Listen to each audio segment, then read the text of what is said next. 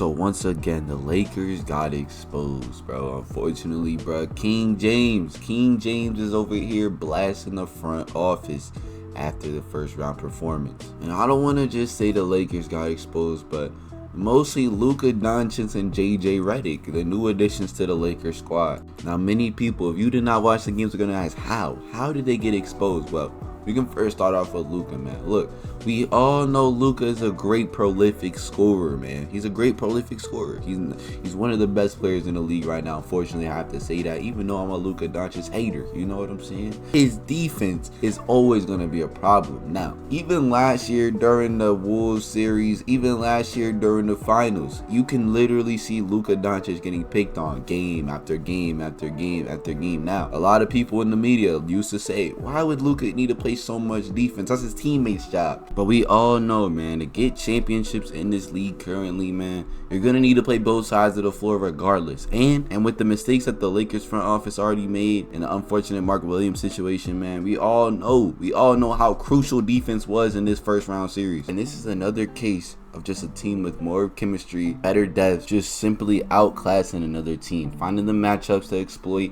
and taking straight advantage of it. Now, as a former NBA player, I do not know how redick cannot figure out these matchups, man, because it's not like he was a bum. redick had a very long career. Now, was it known on the defensive side of the game? Probably not, but still, he was in the league for a very long time. You learn things, you pick up things. Now, how in the world could redick not figure out at least a little solution to making the games more competitive? Now, everyone who's seen the games, who watched the games from their home courtside, we were all knowing and thinking the same thing. Why redick didn't do this, I don't know, but we all know he had to have at least tried Jackson Hayes, even Alex Len at center, one of them. They needed a very physical presence down there, man, because Rudy Gobert, game 5, he finally came alive, finally realized he was 7'1" and ate them up. And even prior to Rudy Gobert, we saw Julius Randle probably have one of the best series of his life. In the 3 years of Julius Randle playing in the playoffs, man, he's only averaged above 20 points once, which was this series. So the lack of physicality was obviously evident. You can literally tell by game 5 alone how the T-Wolves exploited the paint, man. They had 89 field goals attempted. 47 of those field goals were 3-pointers, and they only made 7. This means that the Timberwolves were able to miss 43s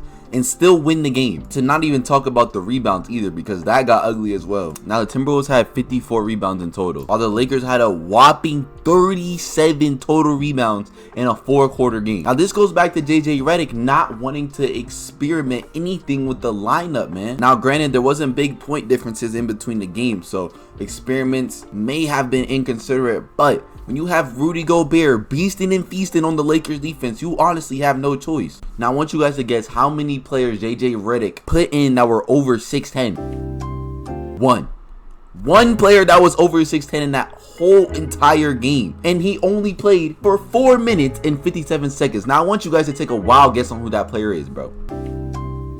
Maxi Kleber. Now, the way Rudy Gobert was playing last night, do you honestly think Maxi, out of all people on that bench, could have guarded Rudy Gobert? In all honesty, I believe Alex Len would have guarded better than Maxi that night, man. Now, granted, Alex Len is horrible. You could have at least tried the young gun Jackson Hayes. Like, bro, this is what I'm talking about. Why did redick not just take a chance? If you're gonna put someone in for 5 minutes to show what they can do on the floor, even if it's 2 minutes, you should have did Jackson Hayes, even Alex Len, someone that's gonna match up height-wise, physically, to Rudy Gobert. And let's say you didn't stop him, I guarantee you at least slowed him down for a couple possessions. Maxi was not the answer. Jackson Hayes, Alex Len would have been the answer. And like I said, you gotta experiment. If you're gonna take 5 minutes out on somebody, like I said, do it with someone who's gonna match up physically, Cause we all know Rudy Gobert, man. He don't do nothing but lay up and dunk the ball. It's not like there's so much to his game that you can't stop. Alex Len or Jackson Hayes would have probably been the answer right there. But look, they got exposed, plain and simple. But look, shout out to Chris Finch, man, because look, one thing, if you guys watch T-Wolves games, they are very good at finding exploits and weaknesses in defenses and offenses. Y'all boys saw it. They took advantage of Luka being slow and being a mismatch. And then they saw the starting lineup redick came out with, man. They took straight advantage of it, and Rudy Gobert absolutely dominated. Now, the Lakers could be doing the same thing. They are one key piece off, honestly.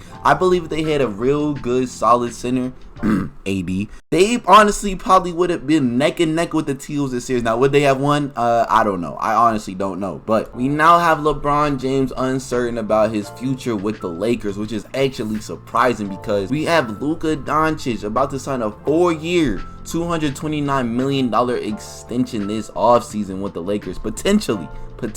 And Bron said he ain't doing none of that persuading, man. Basically, if you guys can read it on the screen right here, he basically said, Luka a grown-ass man. He got to make his own decisions, and he should not be worrying about me because we all know LeBron, man. He damn near 50 at this point. You know what I'm saying? He's not going to be in the league too much longer, sadly, man. So he's right, bro. He's right, man. Luka cannot be basing his decisions off LeBron. Now, look, thing is, LeBron also has a player option coming up this season. Now, we all know, man, they going to bluff it. Oh, he going here, he going. Bro, LeBron's not going nowhere. Let's be real, man. LA is his home. Bronny right there with him, bro. So basically, wherever Bronny got to stay with his dad, bro. Come on. So we all know, let's not feed into that. Bron is staying in LA. But the real question is he gonna take a pay cut? Is him or Luka gonna take a pay cut to make this roster better? Because that's a lot of money.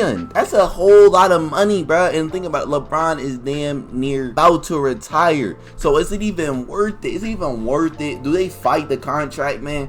Bro, LeBron's not going to be in the league too much longer. And yes, we all know he's still a great player. He's still a great player at his old ass age. But is it worth not building a great team around Luka with his money, man? Potentially wasting out on his prime years because LeBron James want to get paid and he wants to get paid as well. Because the roster ain't going to be looking too much different and neither of them take a pay cut or work something out. Unless they get like a magnificent steal like they did with Luka. I don't know if the other NBA teams are going to let this slide this time, man. But who knows, man? All I know is, man, Luka, you need to put in some work in the all season, man. The Lakers do as well, man. They need to pick up some key pieces, man. And LeBron, my brother, you just need to stay healthy, man. You're getting old, brother. And it just got announced you was playing with an MCL sprain game 5, man. Look, man, the Lakers got some thinking to do. Let me know what y'all boys think in the comments, man. Love y'all, man. God bless y'all. I'm out.